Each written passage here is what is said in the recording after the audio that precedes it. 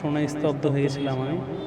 এখনও আমি দেখতে পাইনি তাদেরকে। আমরা এদের থেকে খবর পাইনি, আমরা বাংলাদেশ থেকে খবরটা পেয়েছি। তিনিও জার্নালিস্ট ছিলেন আপনাদের মতোই। পুজোর সময় প্ল্যান করেছিল, দুর্গাপুজোর সময় কি সবাই মিলে বাড়ি যাব। যে কোনো ঘটনা ঘটে যাওয়ার পর তার অভিঘাত রীতিমতো ভয় ধরায়, দুর্বিষহ করে তোলে অনেক কিছু। আর তারাপীঠে হোটেলের অগ্নিকাণ্ডের পর একাধিক মানুষের মৃত্যু, সেই মৃত্যুর পর যত প্রশ্ন উঠেছে, ঠিক সেই প্রশ্নের উত্তর পেতে না পেতেই আবারও নিউ মার্কেট এলাকায় একাধিক মানুষের মৃত্যু।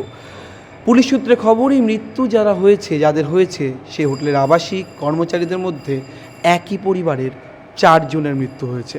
তার মধ্যে বাংলাদেশের বাসিন্দা দেবাশিস দত্ত এবং তার ছোট্ট ছেলের মৃত্যু যেমন হয়েছে, তার স্ত্রী এবং তার স্ত্রীর বাবা, তারও মৃত্যু হয়েছে এই হোটেলেই। অর্থাৎ তারা এসেছিলেন ইন্ডিয়াতে কাজের জন্য অথবা ট্রিটমেন্টের জন্য, তারা বেঘোরে প্রাণ হারিয়েছেন হোটেলে মারা যাওয়ার পর। তাদের এক আত্মীয় থাকেন মালদহে, তিনি ঘটনার খবর পেয়ে তিনি এসেছেন। তিনি সেই যে শোকের খবর, সেই খবর পাওয়ার পর কলকাতায় এই মুহূর্তে কলকাতা মেডিকেল কলেজের সামনে যে মর্গ রয়েছে, কলকাতা মেডিকেল কলেজের কাছে যে মর্গ রয়েছে, সেই মর্গের পাশে এসে দাঁড়িয়ে রয়েছেন শুধুমাত্র তাদের মৃত মুখ দেখবেন বলে। সম্পর্কে দেবাশিস বাবু পুরো ফ্যামিলি, প্রায় তার শ্বশুর মশাই, তার স্ত্রী, তার ছেলে, সবাই মিলে তারা মারা গেছেন হোটেলে ট্রিটমেন্ট করতে এসেছেন। শেষ কথা কবে হয়েছিল? গত পরশুদিন রাতে আমাদের সঙ্গে কথা হয়েছে। আর ও যখন ব্যাঙ্গালোরে যাচ্ছিল তখন ও একটা ভিডিও করেছিল, ওই ভিডিওটা দেখেই আমি বুঝতে পারলাম, তারপরেই ওর সঙ্গে আমার যোগাযোগটা হয়েছিল। আর তারপরে আর কোনো কথা হয়নি। এই ঘটনা কখন? আজকে দুপুরবেলা, ঠিক দুপুর নয়, যাই হোক 11:30 থেকে 12টার মধ্যে আমি খবরটা পেয়েছি আর কি। বলবেন, আমি জানি এই শোকের হ্যাঁ, এখন এটা তো খুবই দুঃখজনক, খুবই মর্মান্তিক, বলার ভাষা কিছু নেই। বাচ্চা মেয়েটাকেও রেখে এসছে, ওখানে রেখে ওরা ট্রিটমেন্টের জন্য এসেছিল, বাচ্চাটা অসহায় হয়ে গেল। এখন ওখান থেকেই আমরা খবর পেয়ে আসলাম। শেষ কথা কখন হলো? ওই একই সঙ্গে পরশুদিন রাত্রে। কি কথা হলো? ওই কেমন আছে, কি ঠিকভাবে পৌঁছেছে কিনা, ঠিকমতো ট্রিটমেন্ট হলো কিনা, বা কলকাতায় কবে ফিরবে, এটাই এই ব্যাপারেই কথা হয়েছে। কিছু কাজ আছে বলেছিল। আজকে ডাক্তার দেখানো ছিল তাওই মশার, আমার ওই ভাইয়ের শ্বশুরের, হ্যাঁ ওই ভাইয়ের শ্বশুরের আজকে অ্যাপয়েন্টমেন্ট নেওয়া ছিল, আজকে এসে কলকাতায় উনি ডাক্তার দেখাবে। কিন্তু তারপরে আর আমরাও ফোনে পাইনি, আর আমাদেরকেও ফোন করেনি। তারপর এ ঘটনা শুনেছি অ্যাপ্রক্স 12টার দিকে, 12টা সাড়ে 12টা নাগাদ। তখনই বুঝে গেছেন যে আপনাদের বাড়ির লোক কেউ মারা গেছে? তখনই বুঝে গেছে কি, তখনই অ্যাকচুয়াল আমরা এদের থেকে খবর পাইনি, আমরা বাংলাদেশ থেকে খবরটা পেয়েছি যে ওরা এই ব্যাপার নাকি এই ঘটনা ঘটেছে। তো তারপরে যোগাযোগ করতে করতে করতে করতে এই অবধি এসছে। দাদা, আপনি কোথা থেকে এসেছেন? মালদা থেকে এসেছি। এই যারা মারা গিয়েছেন, একই পরিবারের 4 জনের মৃত্যু হয়েছে, তারা কারা, তারা কে হন, আপনাদের নামগুলো কি কি? দেবাশিস দত্ত, স্বর্ণশীষ দত্ত, শারমিন আফসানা আর এমডি আকরাম আলী। এটা কে কার, কি সম্পর্কে, কে কার? দেবাশিস দত্ত ছেলে স্বর্ণশীষ দত্ত, আর দেবাশিস দত্তর ওয়াইফ শারমিন আফসানা, আর দেবাশিস দত্তের শ্বশুর আকরাম আলী। কি কথা হয়েছিল শেষ? না, আমার সঙ্গে অনেক আগে কথা হয়েছে, এর ভেতরে কথা হয়নি। তো ওনারা চিকিৎসার জন্য এসছে, এটা আমি শুনেছি, বা ফেসবুকে ছবি দিয়েছিল, পোস্ট করেছিল, ওটা দেখেছি। কথাটা হয়েছিল না। আমাকে বাংলাদেশ থেকে ফোন করলো, হঠাৎ করে ফোন করছে, ছবি দিয়ে পাঠিয়েছে দুঃসংবাদের। তো শোনায় স্তব্ধ হয়ে গেছিলাম আমি। এখনও আমি দেখতে পাইনি তাদেরকে, এখনও দেখা হয়নি, বসে অপেক্ষায় আছি আমি। পোস্টমর্টেম হয়েছে, পুলিশের সঙ্গে কথা হয়েছে, পরিবারের সকলের পোস্টমর্টেম হয়েছে? পুলিশের সঙ্গে কথা হয়েছে, পোস্টমর্টমের কাজ চলছে সম্ভবত। আমাকে এখনও দেখায়নি, আমাকে বসতে বললো, ওখানে বলেছি কি আপনি এখানে বসেন, পরে ডাকা হবে আপনাকে। মূলত কি ঘটনাটা শুনলেন? তারাপীঠের ঘটনা তো 2 দিন আগের, ওটা শুনেছিলাম আমি। এটা যখন ঘটনাটা শুনি তখন আমি প্রথমে মনে করেছিলাম তারাপীঠেই মনে হয়। পরে শুনলাম কিনা তারাপীঠে না, কলকাতা নিউ মার্কেটে। তো পরিস্থিতি হচ্ছে, প্রতিটা যেহেতু ব্যবসা প্রতিষ্ঠান, এটা হোটেল, ভালো হোটেল, নিউ মার্কেট এলাকাতে হোটেল এখানে অনেক বাইরের লোক এসে থাকে। অবশ্যই পরিস্থিতি, কোনো দুর্ঘটনা ঘটলে সেটা যেন মোকাবেলা করা যায়, এরকম পরিস্থিতি থাকা অবশ্যই উচিত। কুষ্টিয়ার যারা রয়েছেন আপনাদের আত্মীয় তাদের সাথে কথা হয়েছে? অনবরত কথা চলছে, মাঝে মাঝেই ফোন দিচ্ছে, কথা হচ্ছে।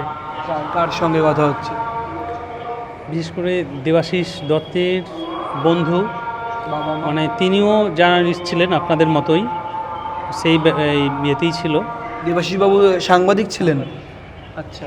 আর তার বন্ধুরা মানে ওই তারপরে কুষ্টিয়া ক্লাবের প্রেস ক্লাবের সভাপতির সঙ্গে কথা হলো, কিছুক্ষণ আগেই কথা হলো, আপনার আসার কয়েক মিনিট আগেই তার সঙ্গে কথা হলো। তার আর যে বন্ধুরা তাদের সঙ্গে কথা হলো। পরিবারের লোকজন যারা রয়েছেন তার বাবা মা কেউ আছেন না ওই দেশে, ভাই বা বাবা মা আর মেয়ে ওখানে মেয়ের আছে। সাথে বা তাদের সাথে কথা হয়েছে? না, তাদের সঙ্গে কিভাবে কথা বলি? আচ্ছা, আমি যে আপনাদের সাথে কথা বলছি মোটামুটি এখন অনেকক্ষণ হলো, একটু ভালো লাগছে। তাও এতক্ষণ পরিস্থিতি কথা বলার ছিল না। পরিবার সহ এই মর্মান্তিক ঘটনা, এতগুলো বাংলাদেশি নাগরিকের মৃত্যু, পুরো ঘটনা তদন্ত চাইছেন, সরকারের সাথে কথা হয়েছে কোনো রকমভাবে?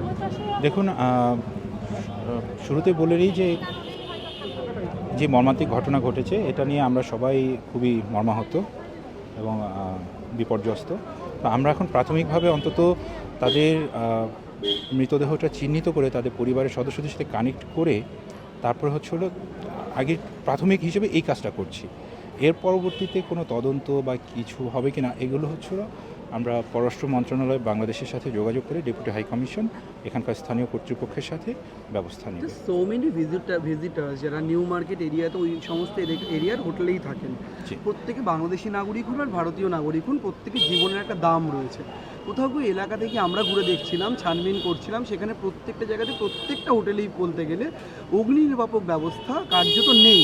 আপনারা কি বলবেন সরকারকে এই বিষয়টি সত্যি সত্যি ওর গুরুত্বের সঙ্গে খতিয়ে দেখার প্রয়োজন? সেখানে এতগুলো মানুষের মৃত্যু। দেখুন, এটা তো আসলে ভারত সরকারের অভ্যন্তরীণ বিষয় হয়ে যায়, সেখানে আসলে আমরা সেভাবে কোনো কিছু বলতে পারি না। তবে আমরা সর্বোচ্চ অনুরোধ করতে পারি, যেহেতু একটা ঘটনা ঘটেছে, তো এর বাইরে আসলে আমাদের করণীয় বা বলার কিছু নেই। আমরা তো আপনার সকাল থেকেই আমরা দেখছি যে কলকাতায় এবং এসটি বিস্ফোরণে 9 জন নিহত হয়েছে, তার ভিতরে বাংলাদেশি রয়েছে কয়েকজন। আমরা মূলত সকালবেলা আমরা জানতে পারি এই ঘটনাটা, পরবর্তীতে আমরা এর ভিতরে যে আমাদের সহকর্মী দেবাশিস 4 জন, দেবাশিস সহ 4 জন একই পরিবারে নিহত হয়েছে, এটা আমরা জানতে পারি মূলত বেলা 12টা থেকে 1টার দিকে আমরা নিশ্চিত মারা গিয়েছেন। পুরোই ঘটনাটা অত্যন্ত দুঃখজনক একটি ঘটনা। একই পরিবারের 4টে মানুষ তারা মারা গেলেন।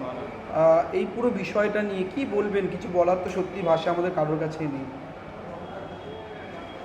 আসলে যেটা হলো সেটা হচ্ছে যে আমাদের কুষ্টিয়া জেলায় তো অনেক সাংবাদিকই রয়েছেন, তার ভিতরে দেবাশিস দত্ত ছিলেন অনেকটাই ব্যতিক্রম। উনি একজন সার্বক্ষণিক সাংবাদিক ছিলেন এবং তার পরিবারে তার বৃদ্ধ বাবা রয়েছেন, তারা নিজেরাও অসুস্থ এবং এই গোটা পরিবারটাই কিন্তু দেবাশিস। সপরিবারে দেবাশিস দত্তদের বেঘোরে মৃত্যুর পর প্রশ্ন উঠছে একাধিক, ওই হোটেলে অগ্নি নির্বাপক ব্যবস্থা ঠিকঠাক ছিল তো?